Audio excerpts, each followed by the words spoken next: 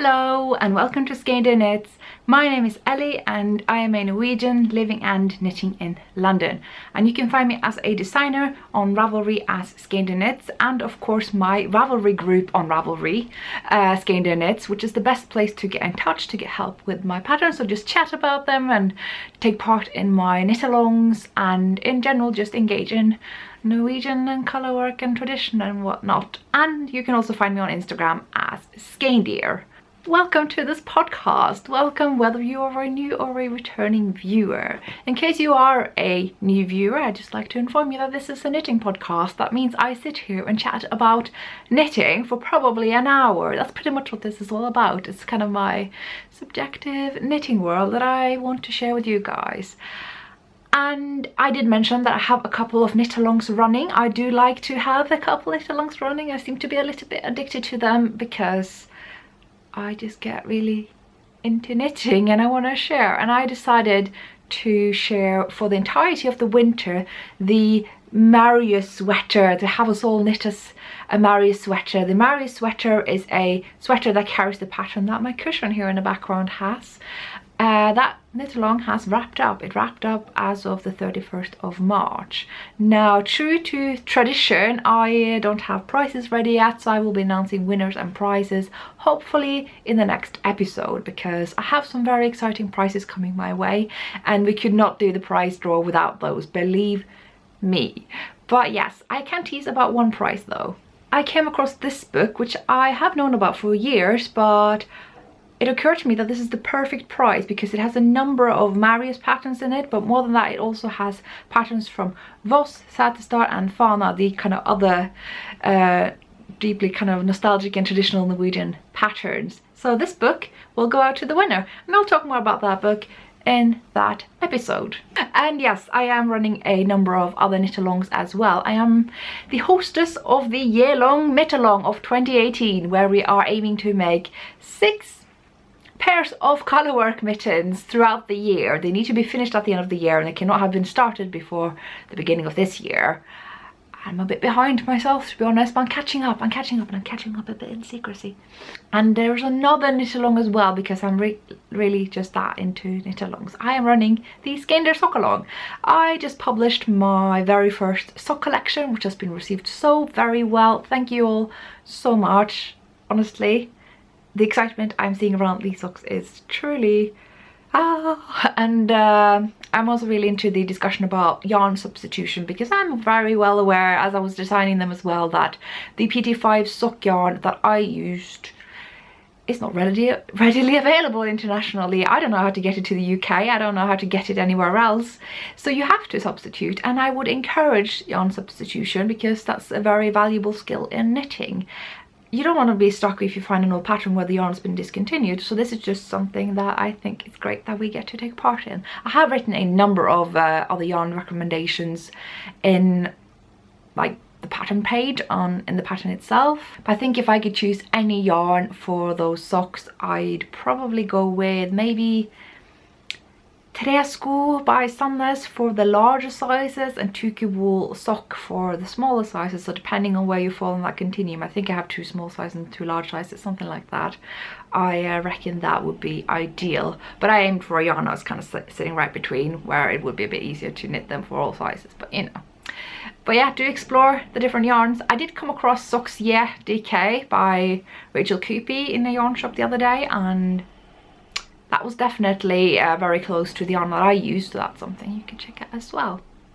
And it just occurred to me there is one more knit-along going on as well. It's of course the Blåfjell knit-along, which is so elegantly taking over the Marius knit-along, where we're knitting my very first colourwork yoke pattern, my very first garment pattern. And again, it's been received really well, so thank you. I am really, truly lost for words on how popular that pattern has been. I can sort of track it on Ravelry. I see the number of favorites and the number of projects and how it's ranking, and yeah, it's like in pretty good company on where it appears in the Ravelry list right now, and I can't really believe it. And I hope it will stand up to expectation. It looks like it is for the time being. I want to give you some pro tip for the pattern. Gauge. I talk about gauge a lot. A lot of people are being really good at swatching, and I think that's excellent.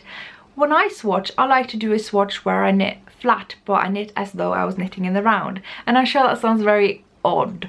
What I like to do is that I knit the first row and then I just carry all the yarns as a very long float in the back, and I start at the beginning of that row again. So it will be as if I'm knitting in the round, but I won't actually have to knit in a small or big circumference, so it will be swatch sized. Definitely recommend that. I hope you understood what I meant by that. If not, you could probably Google colourwork swatching, and there will be some tutorials for that outside of this podcast. I'm pretty sure Knitsonic does something of the sort. And another pro tip that is related to gauge is make sure that your colour work and the stockinette is roughly at the same gauge. I understand it can be hard to make it entirely right, but that is usually when I like to change needle size. I first aim to knit them as much alike as I possibly can, but I've come to accept that my tension, not my float, but my tension is a little bit tighter with colour work, so I tend to go up to the next needle size. So if I do the stockinette on, well, in my case 3.75, I go up to 4 for the colour work. So that's usually how it goes. And if I'm knitting a whole like Aaron sweater on 5mm, I will go up to 5.5 for the colour work. That's generally my rhythm for that, but it may be different for you. But the reason I'm mentioning this is with yokes it doesn't always matter if it's a little bit tighter up here and then you start stockinette. Well, it's supposed to grow anyway, so you can get away with it. However, my pattern does have shorter shaping in the back that is in stockinette, and if you knit that at a looser gauge than your colour work, it can look a bit puffy, and you probably don't want that. So do really take care to knit to gauge. It's not hard, it's very important and crucial part of a sweater pattern, sweater project. So if you aren't entirely sure, you can just go down a needle size a little bit. You can figure it out, I'm sure. But I thought I'd mention that as a pro tip.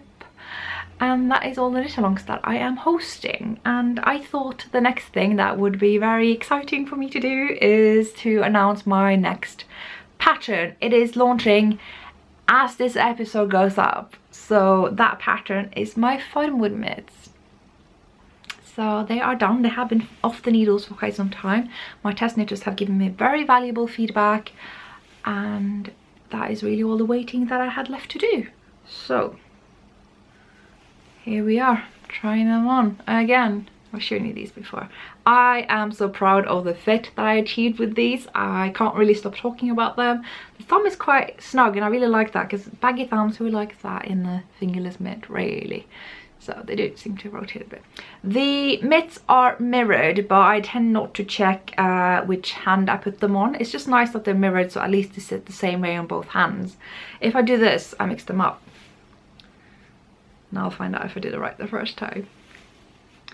You know, it still works, but again, they will be sitting the same way. I think I did it more right the first time. It's pretty easy to check, actually, in case you're curious. You see, this one sits a little bit more on this side than on that side. It comes a bit on the back. That's how I know it belongs to this hand. So there you go. But it's not crucial, like I said, and the pattern is up on Ravelry right now. Any information about discount code or what have you will be down below in the text on screen. But I thought I'd talk about the story behind this from conception until where we are right now. I received this yarn in the mail from lovely Saskia of Ovis etc. So she sent me 3 yarn kits, 2 to give away and 1 to keep.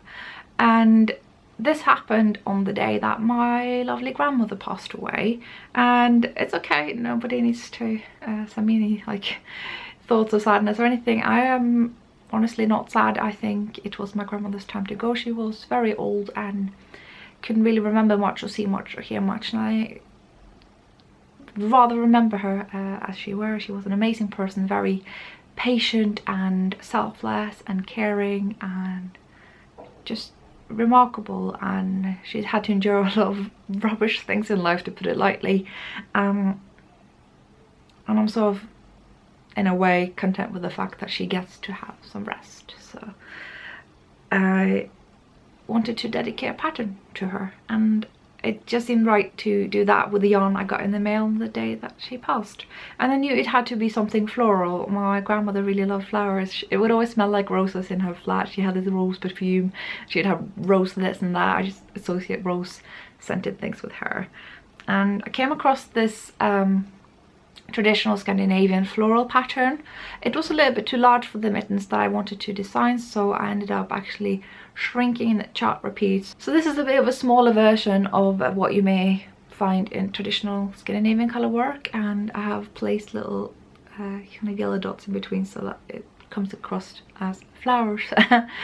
And yeah, I wasn't quite sure how I would.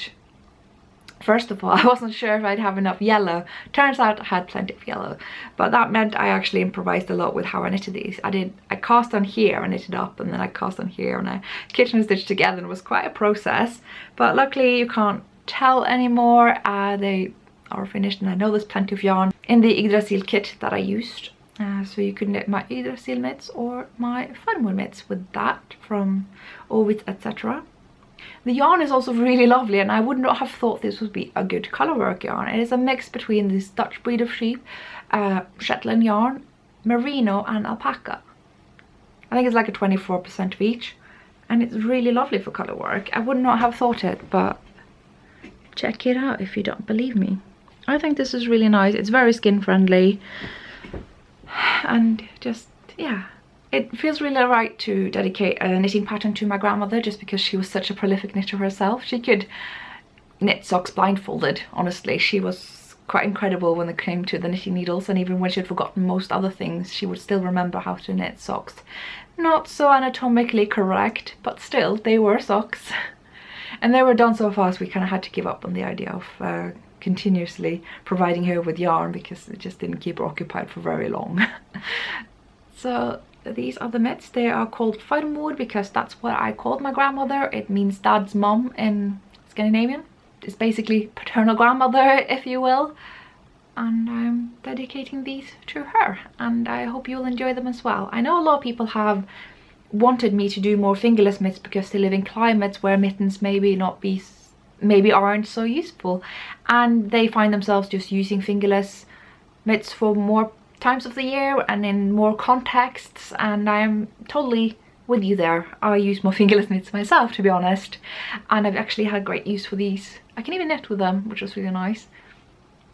And I think we will be seeing more fingerless mitts coming from me in the future, not at the expense of mittens, mind you, because mittens, always mittens. So this is now up on Ravelry for purchase, and I want to thank my lovely test knitters for the useful feedback and having worked up these so quickly. I just realized one of my projects was like between the wall and my bed. It'd fallen down there during the night or something, because I do sleep with my knitting apparently, and so I just had to throw myself over the bed, and you know how it goes. Yeah, I'm sure someone also will ask what I'm wearing, and this is my Improv sweater. I made it by holding Pickles Merino Tweed Double. So that is 2 single ply yarn held together to make it a very nice and quick and baggy raglan sweater. So it goes all the way down to here. It's a split hem, and I absolutely love it. And I live in this jumper now. You can pretty much refer to this jumper as my new address, because this is where I live. And it's, yeah, this perfect burgundy color, and it was the color that I was recommended by Farge Dagny, who is like the Norwegian knitters color consultant. She basically pairs people with the color that they look good wearing, and she gave me burgundy, so I had to make a burgundy sweater. Anyway, we were talking about works in progress. I was about to anyway, and the first work in progress is, again, Fern and Feather by Jennifer Steinglass, who I have been referring to as Jennifer Steinglass. Sorry, but I do think Jennifer Steinglass is a very nice name. Anyway, Jennifer Steinglass, she has made this Fern and Feather sweater, and I am knitting it up. Sleeves were finished up in Edinburgh.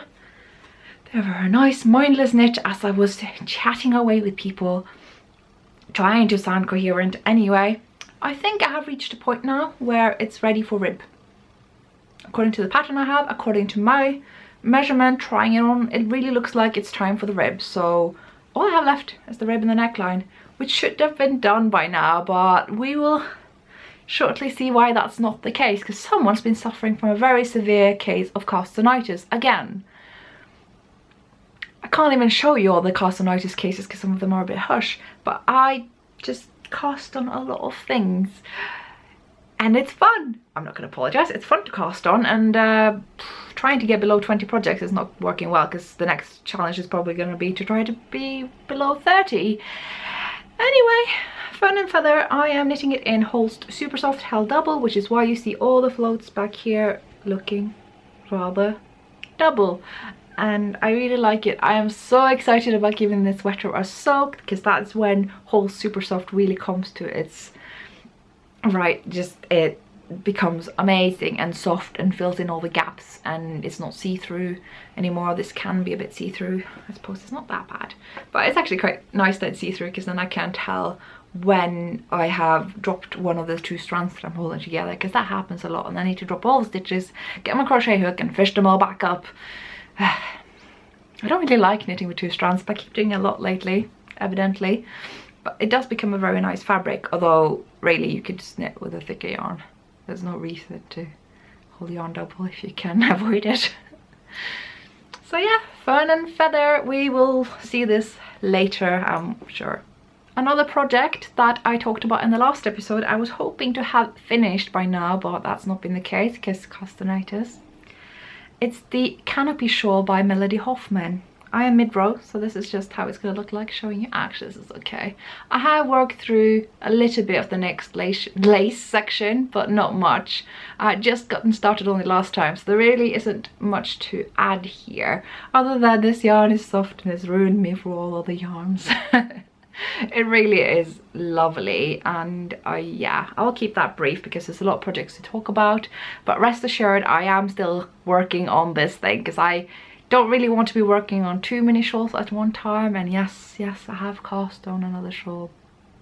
I'm pretty sure you can guess which one, although we can argue whether it is that one. We'll get to that. One thing that's not debatable is that I have knitted one winter rose sock. Now this is a Helen Stewart pattern, and yeah, it's a sock, and it was really nice to knit. Hang on, I'm just gonna get my sock blocker to show you it in full flash. This is the sock in question, looking a tad bit nicer on the sock blocker, doesn't it? So I chose to make this in Wandering Wool, which I bought at Frame and Fiber in New Jersey.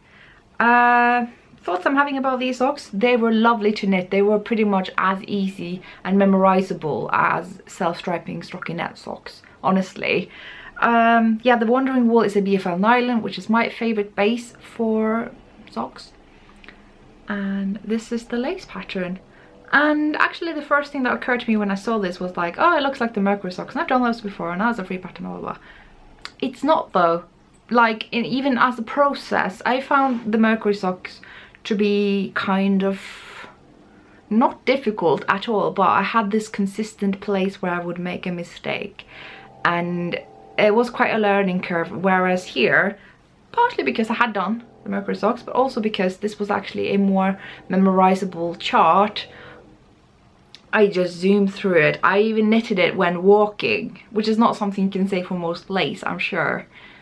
I am not sure if I misread the pattern for the toe, because it's a very pointy toe, so I may rip that out and redo it to make it a little bit more rounded, because this doesn't quite work with me. But that's really easy to do. You just, for the last few rounds, you decrease on every round rather than every other round, and it may already say on the pattern, and maybe I just didn't read it properly, I don't know. But I will say, had such a positive experience knitting this sock, and it's really made me rethink the heel flap. I think the heel flap is really a good fit. Not for everyone. Some people actually find the short row heels to fit their feet better. They find that the socks stay on better and doesn't rotate. For me, it's the other way around, but I do enjoy the process of a short row heel more. But I also really like the toe up heel flap, and I do try to put that into my patterns more and more as I'm designing now.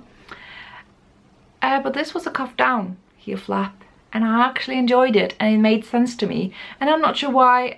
It could be that I have progressed as a knitter, but I think it's down to the pattern and how well it's written, and how, this is a crucial thing actually, you get the number of rows to work the heel flap. And for the vast majority of heel flap patterns that I have knitted, they just told me to knit a certain number of centimeters. They didn't maybe even specify whether to finish on the right side or the wrong side. And so when I was picking up stitches on the side, sometimes I was picking up so that inside kind of pointed out, and it just wasn't very nice. Whereas this was a foolproof instruction for the heel flap and gusset, and I absolutely loved it. And I'm thinking that I might hop into my Laura Neal sock architecture book again, and I'll work through some heel patterns in my personal notebook for different stitch counts, so that I can always pick that up and work it into my vanilla socks, since I have apparently started making those now. And just no matter what stitch count I have, I will always be able to whip out a heel flap instead of just opting for the short row, because it's easier to figure out on the go. Because I really liked it, and I think it's really well described in the pattern. Helen is very known for writing very easy to follow patterns, and so if there's like any aspect of a pattern you're unsure of and you know that aspect is in her patterns, do not worry. That is probably the exact thing you should go for. If you're like, oh, I can't do that thing, and now the Helen Stewart pattern's doing that, do that thing in the Helen Stewart pattern. That will be kind of your way to go get over that hump. That's my advice there. So yeah, one sock. I have cast on the other sock. Hang on. And there we are. It is just below the rib. I cast it on last night. I have started the lace. I haven't read the pattern while doing this, because I remember everything, because the pattern is so well explained and straightforward, and just, yeah. So I'm just zooming through it. I'm probably just gonna need to look at the other sock until I get to the heel. Famous last words. And that's all the yarn I have left, so it doesn't even use up all that much yarn, and I'm sure I'll have plenty left, and I could use it in a contrast color somewhere, because I love this color. Everyone's shocked. I am certainly not known for liking burgundy or anything, so yeah. I'll put this away and discuss further works in progress with you. So this work in progress I should probably not have cast on. It lives in this dragon bag that my mom sewed me. We picked the fabric from the children's department of the fabric store back home. And the reason why I shouldn't cast it on is because this was not on top of my queue. It's not the most urgent knit. It's, I don't know, but it's been on my queue since autumn 2016. And that's a long time. And it's been in my queue for this specific yarn. And I was going through the huge sweater quantity stash that I have. I looked through it on Ravelry, and I saw that I'm really just down to one superwash sweater quantity. Embarrassingly, I have a staggering number of potential sweaters, more than any number of sweaters I'd ever own, and they're pretty much all non-superwash, just because that's what I'm gravitating towards. My opinions on superwash, it's rather mixed. You will see that obviously I work with superwash. I'm not too much on one side or the other there, and there's been some really interesting discussions on superwash lately, how superwash actually is what keeps the yarn industry alive, or kept it existing during a time where people opted for synthetics and machine-made stuff. Then actually yarn has stayed with us because of the superwash treatment, so that people who don't know how to treat wool could still wash it in the machine. And that's a very fair point to make. I just personally enjoy knitting non-superwash, and I think garments with non-superwash for me wears a lot better, and it's part of the knitting process, and it's part of the wearing for me, and a purpose of the stuff that I make. But this one superwash quantity, sweater quantity to specify, I've had for a long time, and it just feels like the right time to finish my last superwash sweater quantity, unless we count my Wool Miser lace skeins, because I have about 3 or 4 of those, and they're arguably a sweater quantity each. In that case I still have some, but this was the one with like several skeins, and it is, oh my god, this yarn is beautiful. This is the PFL Island again yarn by Travel Knitter in the Brambleberry colorway. I want to say Travel Knitter Larissa, she's very consistent in her dyeing. The colors look very much as they are supposed to look, but I was advised to alternate them nonetheless, and I'm very glad that I'm doing, because caking them up, I can tell that this one is a tad bit brighter. It won't show in the garment whatsoever when I am alternating the skeins, but I would have probably done that if I had not, and that's completely standard in hand-dyed yarn, so FYI. And what I'm knitting, let's get to that. It is the Alicia Beth cardigan, at last, by Justina Lakowska. Finally I've cast it on, and this is what it looks like. It is a fully fledged fingering weight lace cardi. But I think that will be very suitable now that summer's coming, because I actually still like wearing wool wear in the summer, but then the non-superwash wool wear is rather hot, but I can still wear my superwash cardigans if they have one layer texture, so not color work, and they just have a bit of lace maybe. They are actually perfect, and they breathe way more than any of my cotton clothes, so I actually like wearing superwash lacy stuff in the summer. That's like my answer to linen, I think. And so this has it's purely fake cables or faux cables or whatever. Mock cables, I think is another name for it, which is actually lace. It's not cables, but it kind of looks like cables the way you work the lace. And this is the contiguous sweater construction, which is by far one of my favorite ways of constructing garments. I've talked about it before. My Eleanor cardigan, which is one of my go-to cardigans for the summer, uses that method, and it is so flattering. So let me explain to you how this is made, because it looks a little bit like a raglan. You started a lot like a raglan, but with a raglan you would be increasing for the sweater, that the sleeve that is here, you would probably increase that already down here. But you don't do that with contiguous. You just work this shoulder cap and you increase on each side here on every row, I think, if my memory serves me right. This may vary within patterns, of course. So there we are, we get this shoulder cap and then we increase for sleeves. In this case, there is no more on the body part. We're just increasing for sleeves now. Body has been worked, it's just been knitted straight down now, whereas the sleeve is growing out on the side here. I very much look forward to having this finished. It's gonna be away from now for sure, but it has grown pretty fast. I mean, given all the other stuff I've been working on, and I'm a tad bit worried that it's gonna be big. I think it might be too big, because right now it looks perfect if I just put it on this way. Great. But this is lace, and lace grows when you block it. So it might actually end up being this big, and that is a lot bigger. I did go for the largest size because I don't want all that negative ease that the pattern recommends, because I don't know, in my Scandinavian brain, negative ease just means too tight, and I don't want too tight. But I should maybe, possibly have gone for the size just below. Oh well, it's just gonna have a different look on me, be more drapey and more of a throw on than a fitted cardigan, so I think that's all right. I don't know if I have much else to say on this. It is actually a lot easier and more mindless than you might think.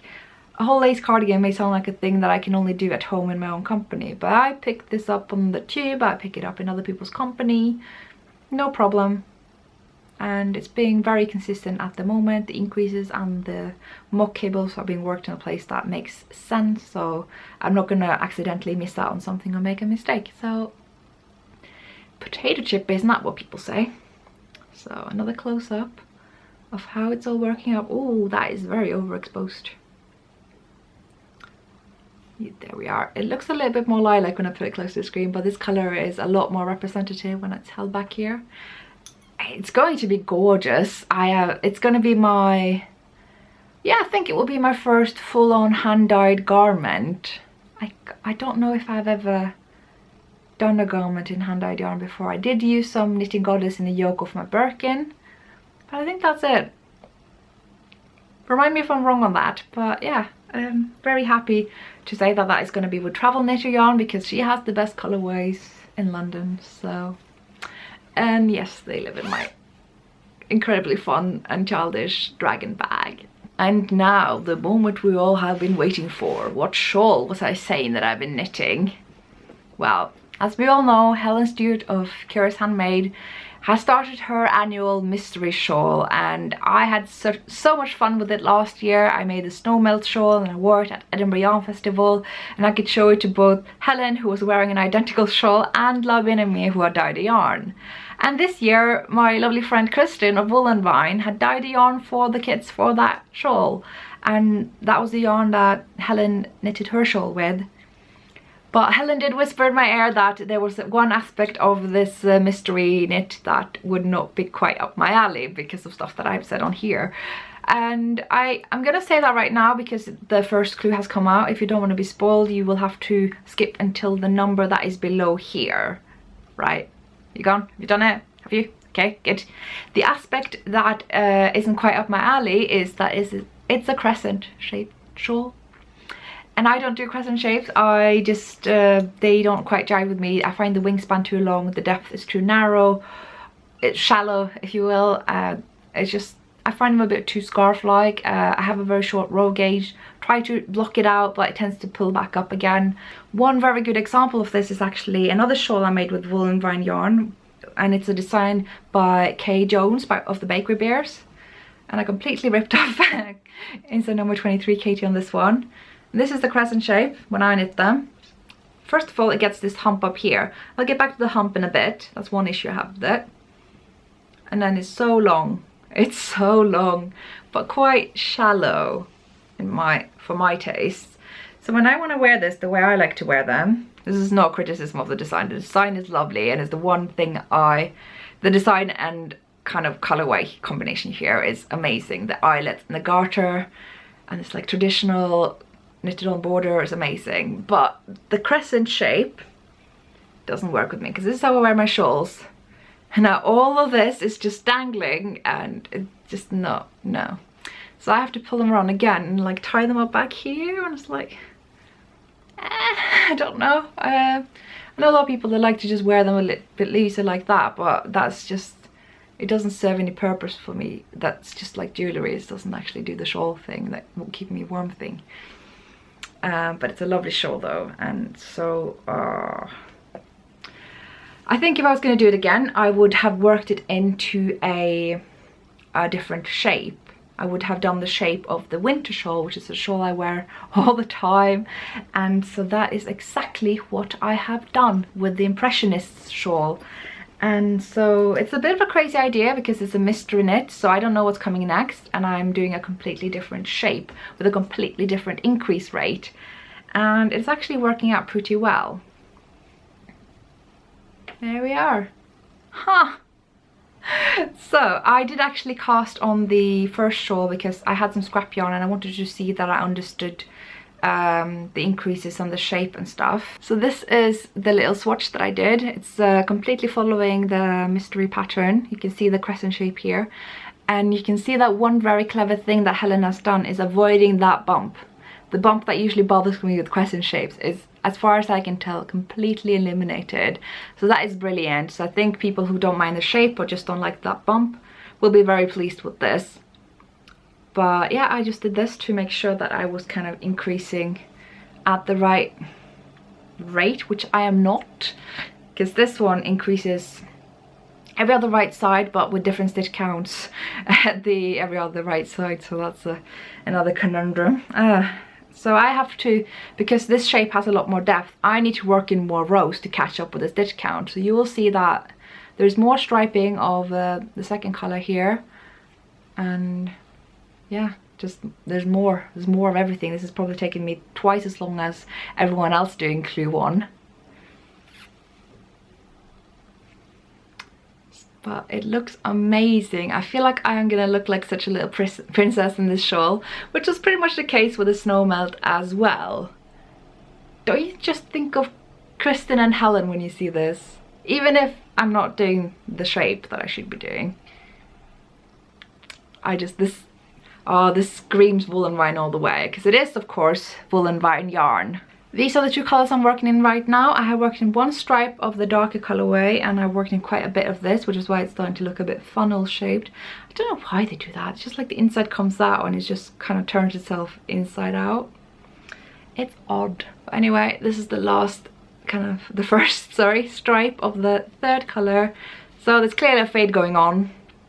Clearly fading away. That's fine.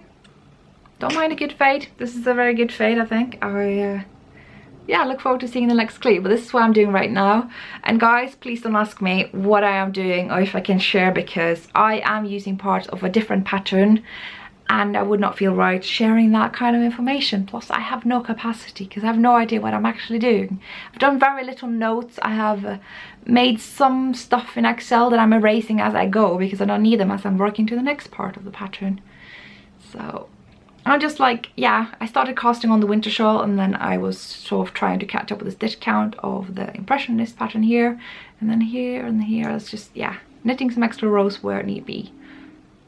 And I'm excited to see how this will turn out. I think it's going to be a lot more wearable for me, because this shape does have a much smaller wingspan relative to the depth. It's a lot deeper relative to the wingspan. And you will probably see that if you see other podcasts or people on Instagram who have knitted the impressionist shawl according to the pattern, you will see that this is a lot deeper. This is probably half the shawl already. I might run out of yarn, but if I do, shout out if you have any scraps.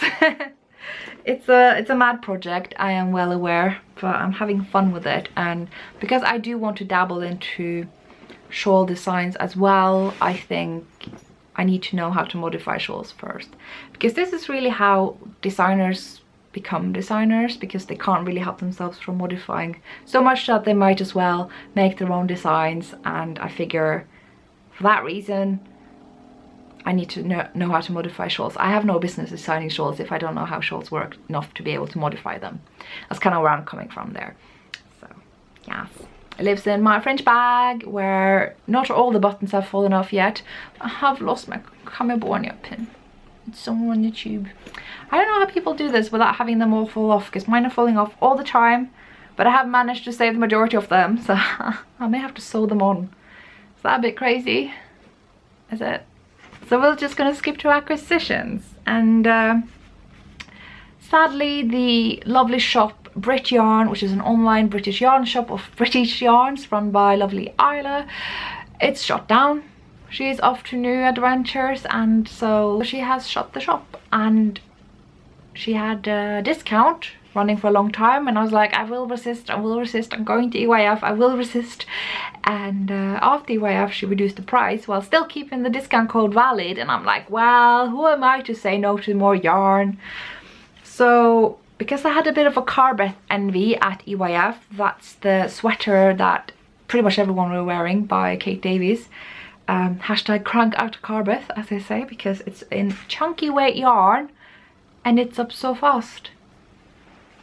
So this is the Carbeth sweater, just before it's become a sweater, potential sweater, future sweater, and it's in Garthernor. There is actually one more skein, which has already become a cuff. I started on the sleeve. I wound off this by hand. I just put it around my knees and wound it, and it takes no time. No need to get the winder out for this. They got like, what, 95 meters per skein, and this is Jacob yarn. And I have to say, this is more Jacoby than the Blacker yarns. I don't know what Blacker did, but their Jacob yarn is really soft. And this feels more like Jacob as I know it. It's not itchy, but I think it's more old-fashioned, shall we say. The more harder fleece. Yeah, 98 meters, my goodness, on 50 grams. It's the colorway Pewter Grey, and yes, it's produced by Garthernor, which is usually a little bit above my price tag, although I do splurge on them sometimes. But because of the discount code and the reduced price and everything, I kind of just had to. And it's gonna be an amazing Carbeth, and this lovely natural yarn. I don't know if it's my color, if I can work this. It's not pastel. As long as it's not pastel, it should be fine according to Fargedagni, so I think I'm alright. Yeah, and I am almost knitting up a skein just by knitting the cuff. So this is going to just zoom through. It's going to be cropped, you know, and I'm doing the sweater version, not the cardigan version, out of laziness. and there we are. And also another little funny thing, the recommended needle size, not that I look at recommended needle size much, something I will get back to a lot, I think. It says 6.5 millimeters, while my intuition says I should probably be okay with a 6 millimeter. I rarely, if ever, need to go down needle size. I'm always the one to go up. I have never found anyone to knit tighter than me unless they are an absolute beginner, where they like literally shove the stitches off and on the needles with like all the force in the body. Like generally I struggle to find people knitting tighter than me, so for me to having to go down needle size doesn't make sense. So I figured I need to at least swatch with 6.5 needles and see where it takes me. But guess who doesn't have a single 6.5 needle? I didn't think that existed actually until I had to research, and it's like, yeah, it totally does exist, and I don't know why I don't have it, because I have probably 100 needles, you know. So that is coming in my mail today. Yay, Amazon Prime. So I should be able to knit this soon. Plus I also placed a cheeky order with Pearlessence, which is a British brick and mortar and online yarn store, and there will be some exciting things coming in that parcel for sure. But yeah, today I should be able to continue on with the sleeve on this, and I'm kind of panicking, because apparently in my head that means I've like ran out of knitting. Evidently not the case. I don't know why I'm having this moment, but yeah. I have made another cheeky casting as well, but this is for a design. I just thought I'd mention I'm casting on all the time now. I'm casting on several things a day. It's a problem. And I will admit I have added a couple of other things to my stash as well. I went yarn shopping this weekend with Amy of the Stranded podcast. I did vlog it, but I think that will become a separate video in the future when I have a little bit more content, because I have a particular video idea in mind, and I think that'll be good. So, the yarn I bought, ooh, where do we begin? First of all, I got this one with the Bret Yarn order. I also got a sock yarn and this alpaca yarn. The alpaca yarn I hadn't added, so I assume that was just an attempt to empty the shop, maybe. And the sock yarn was actually one that I already had, so that was a mistake. So you've seen all that before. But I got this one, which is Jamieson Smth 2-ply jumper weight, which was the one colorway they had left that will be used in the, was it Cockatoo Bra? I don't know. That sounds wrong. By Kate Davies. It's her lovely, colourful OXOX Shetland style cardigan, and I did pop by Wild and Woolly to see if they had more of the colourways used, and they had all but one. So I got these three, and I have that one, and I have one coming in the mail from Pearlessence, so that means I have all the contrast colours used in that cardigan, which isn't even in my queue, so I don't know what I'm doing. But I have all this really fine 2-ply lace yarn under my bed, which I got from this 90-something-year-old Scottish lady who used to run a yarn shop ages ago, and she's the mother of a friend of mine in Scotland, and she basically didn't need the yarn anymore, and she could see the stuff that I knitted, and I figured I would do better with it. And it's such an insane amount of lace yarn, I'm not sure what to do with it, but I figured if I hold it double, like, it would actually be really nice for that particular Kate Davies cardigan, because it's all in white and brown. So all I needed was the contrast colours, and we'll see when I actually get started on it. But I also picked up some skeins from Loop. What I'm going to do with this is going to be under wraps from now, but that is Spindrift by Jameson. And these yarns are from different companies, but they are completely comparable. They're both 25 grams. This is 115 meters, and this is, I believe, 105. Interchangeable. Same thing, different company. So just worth pointing out again. Now the last additions to my stash is to my library. First I received this magazine from Bladet Garn. This is their latest, I think their spring issue, which has a circus theme. So if you don't remember, if you don't know, I was published in this magazine for winter, and this is the other magazine that they just come up with. So just give you an idea, the standard of this magazine is very high, and it's also very down to earth at the same time. Like it's totally comparable to Len magazine, but takes it in a completely different direction, and they're both sort of representing Nordic knitting, but in two completely different ways. And I think that's very valuable, and I'm glad to have both, and that I'm now collecting both magazines. So my loyalties right now apparently lies with Bladet Garn, Lina, and Pom Pom, of course. Now the books that fell to the floor just now are none other than Tantulltuss. So this has been out for a while. This is a booklet that she made, which is called Tantulltuss Retro, which is her kind of retro pattern. It's really just a thin booklet, but I just think they are so much fun. Like these piece socks, for instance, very retro. So there's just lots of fun colorwork socks in this, I think. Yeah, it's all socks. So this is another one. Between this and the Tantulltuss socks, I will of course recommend Tantulltuss socks, the book, but I had to get this little addition as well. But the most exciting part of this, Tantulltussmittens! So while Tantulltuss gör retro is in Swedish, this book, as well as the Tantulltuss socks book, have been translated into English, and you can order it from her website. Now I believe there is an overview in the beginning here. There we are. So you can see the different mitten designs in here. Yes. So that will hopefully save me some time, because battery is running out and time is running out and I've got stuff to do. But oh my days, I absolutely love this book. These, oh my days. So yeah, I am totally fangirling over this book. I think it's amazing. It's got a very different take on colourwork mittens than what I do, because I tend to focus on motifs, and this is a bit more of a sort of geometrical take. So just to give you an overview, this is a really nice photo as well. I am actually approaching the more geometrical take as well. I have a bunch of designs in my kind of Excel files, which is where I chart things, and yeah, this is really inspiring for sure, and I would recommend it to anyone who wants to knit some quick and kind of more memorizable mittens and just have fun with it. Okay, stop looking in the book, Ellie. You're podcasting now. You can look in the book later. But yes, this is all I have for you today. I hope you didn't mind that we went a bit back to basics with the light. It takes a lot of effort to get the studio lights out, and it was very nice light conditions when I hit record. It's only now that we are painfully reminded of why I got studio lights in the first place. But you know, we need those reminders occasionally, even though the studio lights make me look pasty white. But as I said, this is all I have for you this week. Thank you so much for watching. Thank you for your support. Do not forget that I just published a pattern which I am very proud of her. I definitely think we will see more fingerless mitts in the future. Obviously depending on how well these do, but I hope and think that they will do very well. And it's been so much fun to just kind of try to make it as a designer Ravelry with the help of you guys. So with that, I want to say thank you so much, and I will see you next week. Bye!